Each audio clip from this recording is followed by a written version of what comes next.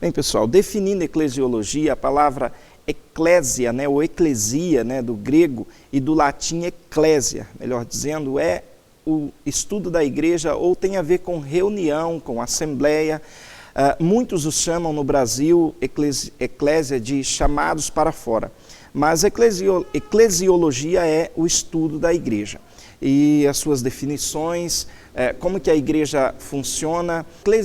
Eclésia tem um sentido de reunião, de convocação. O próprio Senhor Jesus Cristo, ele dá início à sua igreja na terra através do ministério dos apóstolos, E depois de Jesus, a Bíblia, ela vem, depois de muito tempo, como livro que nós temos de referência para crer na palavra de Deus, E nós temos os Evangelhos e o Novo Testamento como base de fé. Para você que está iniciando nos estudos, é importante você começar estudando o Novo Testamento, já que se você crer no Senhor Jesus Cristo, você vai precisar entender os 4 Evangelhos, Mateus, Marcos, Lucas e João. Lá você vai ter noções melhores do que vem a ser, então, esse estudo da igreja. Nós lemos aqui em 1 Coríntios que o corpo de Cristo, como igreja, ele é um. Mas podemos dizer que como ministério são muitos e também como membros em suas funções ministeriais são muitas delas. Nós podemos falar a igreja no singular, mas nós vamos encontrar nas cartas do Apocalipse ali o apóstolo João se referindo às 7 igrejas da Ásia, por exemplo.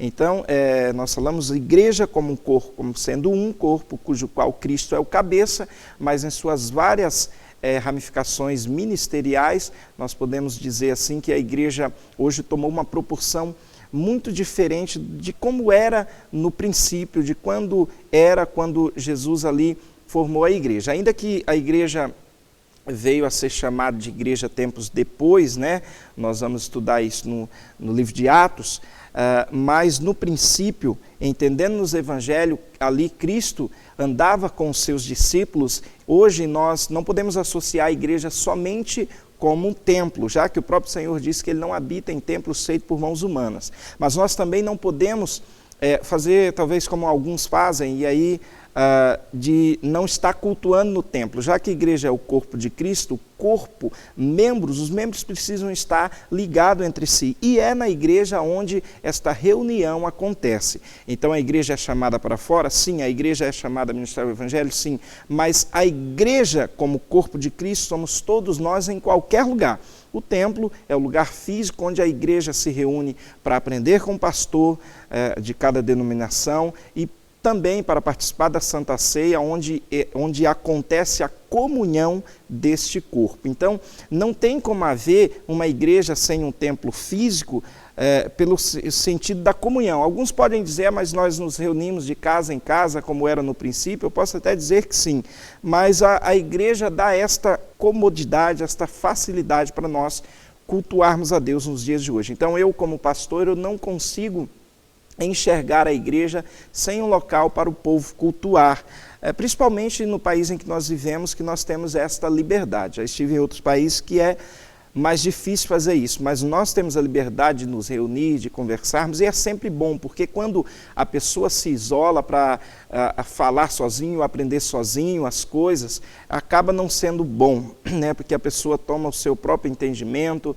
a pessoa acha que tudo é revelação, e isso não é muito bom para o corpo de Cristo, não. Corpo, como nós já falamos, o corpo não é formado de um só membro, mas de muitos, O termo igreja foi mencionado pelo Salvador em 2 ocasiões, pelo menos. Ele disse a Pedro: "E também tu és Pedro, e sobre esta pedra edificarei a minha igreja, e as portas do inferno não prevalecerão contra ela." Está lá em Marcos 16, 18, versículo 18. O Senhor disse ali para Pedro: "Tu és Pedro, porque tu és Pedro." Alguns tendem a confundir a palavra Pedro como Pedro sendo ali o fundamento da igreja, mas é ao contrário. A palavra Pedro ou Petros no grego está mais direcionada a pequenos fragmentos, está mais direcionada a pedras de arremesso. Já a palavra Petra está direcionada à rocha. Sendo assim, Pedro é fragmentos, parte desta rocha,